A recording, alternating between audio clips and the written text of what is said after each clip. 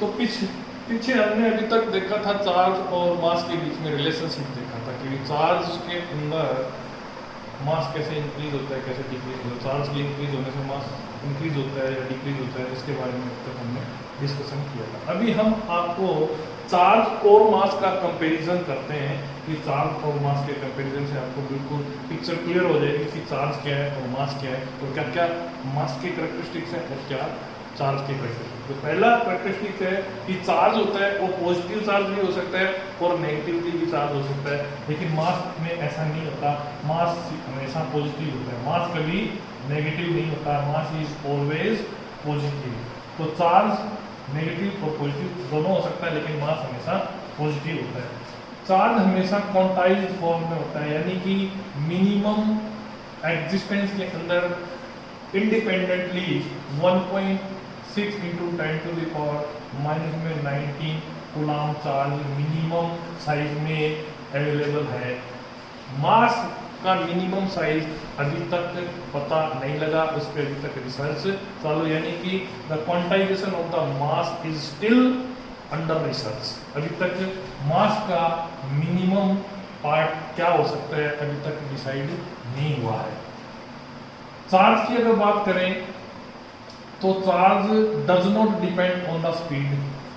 यदि कोई charge body है, मान लो ये चार्ज बॉडी है, ये चार्ज बॉडी पे अगर चार्ज क्यू है और इसकी स्पीड अगर कंटिन्यूसली बढ़ती चली जा रही है, इंक्रीज होती जा रही है, तो इसके ऊपर जो चार्ज पड़ा है उसके ऊपर कोई फर्क नहीं पड़ेगा, यानी कि स्पीड के ऊपर चार्ज का इफेक्ट नहीं है। जबकि मास जो है वो आपका स्पीड के इंक्रीज होने से मास इंक्रीज होता है, यानी कि स्पीड के इंक्रीज होने से मास क्या होगा, इंक्रीज होगा।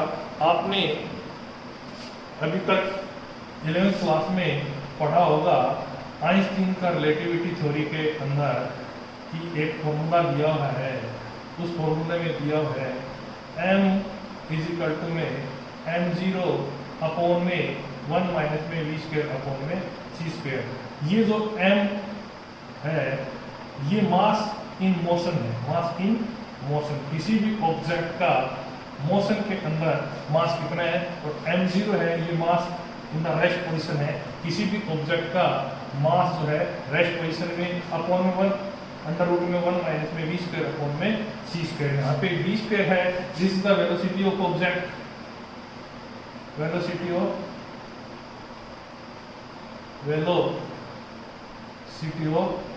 ऑब्जेक्ट, और जो c है this is the velocity of light.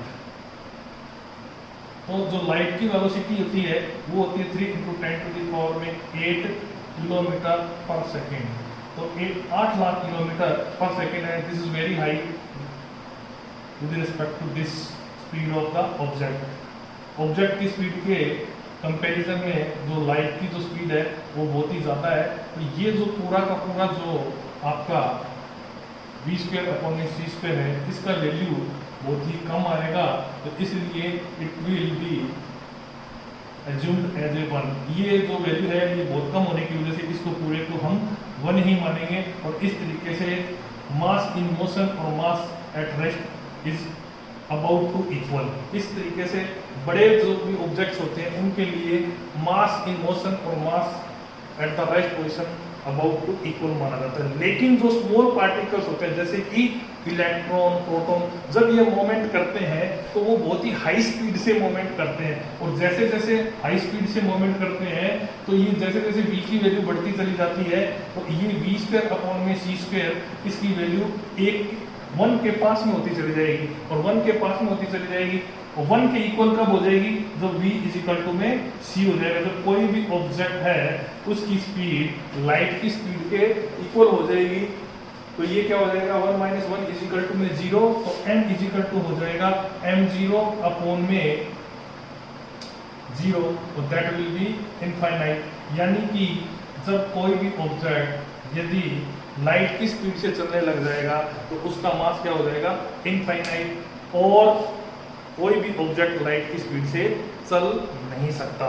इसलिए जैसे जैसे कोई भी ऑब्जेक्ट है उसकी अगर स्पीड इंक्रीज होती चली जाती है तो उसका मास बढ़ता चला जाता है। तो मास वेलोसिटी इंक्रीज होने से बढ़ता है, जबकि चार्ज पे वेलोसिटी का कोई भी इफेक्ट नहीं पड़ता।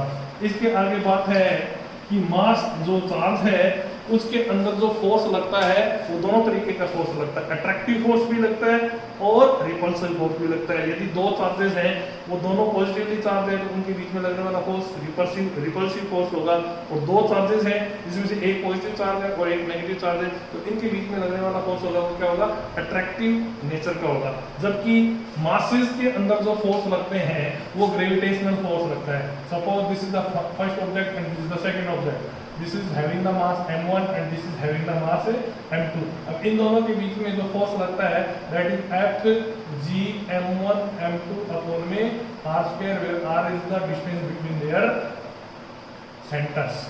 तो ये जो फोर्स है, ये ग्रेविटेशन फोर्स है, ये ग्रेविटेशन फोर्स हमेशा क्या है, अट्रैक्टिव नेचर का है, रिपल्सिव नेचर नहीं होती। तो मासेस के बीच में लगने वाला जो फोर्स होता है उनकी जो नेचर होती है वो क्या होती है, हमेशा अट्रैक्टिव नेचर की होती है। जबकि चार्जेस के बीच में जो फोर्सेस लग रहे हैं उनकी नेचर अट्रैक्टिव और रिपल्सिव दोनों होती है। इसी तरीके से चार्ज जो बॉडी होगी, जो भी बॉडी होगी और उसके ऊपर अगर कोई चार्ज है तो उसका हमेशा मास होगा। यानी कि कोई भी ऑब्जेक्ट जो चार्ज है, मान लो इलेक्ट्रॉन लेते हैं, छोटे से छोटा पार्ट है इलेक्ट्रॉन लेते हैं जिसके ऊपर चार्ज होता है तो उसका मास भी कुछ होता है। इलेक्ट्रॉन का मास मैंने ऑलरेडी आपको बताया 9.1 × 10⁻³ किलोग्राम होता है। लेकिन इसका रिवर्स यानी उल्टा कि जो कोई भी बॉडी जिसके अंदर मास है, कोई भी बॉडी मास है तो उसका ऊपर चार्ज होना कोई जरूरी नहीं, उस पर चार्ज हो भी सकता है तो उस पर चार्ज नहीं भी हो सकता। तो ये आपका इस तरीके से चार्ज और मास के बीच में कंपैरिजन था। इस पे आपको बहुत अच्छे से इस कंपैरिजन की स्टडी करनी है क्योंकि इन पे बहुत छोटे छोटे क्वेश्चन बनते चले जाएंगे, सीबीएसई में भी बनते चले जाएंगे, कंपटीशन में भी बनते जाएंगे।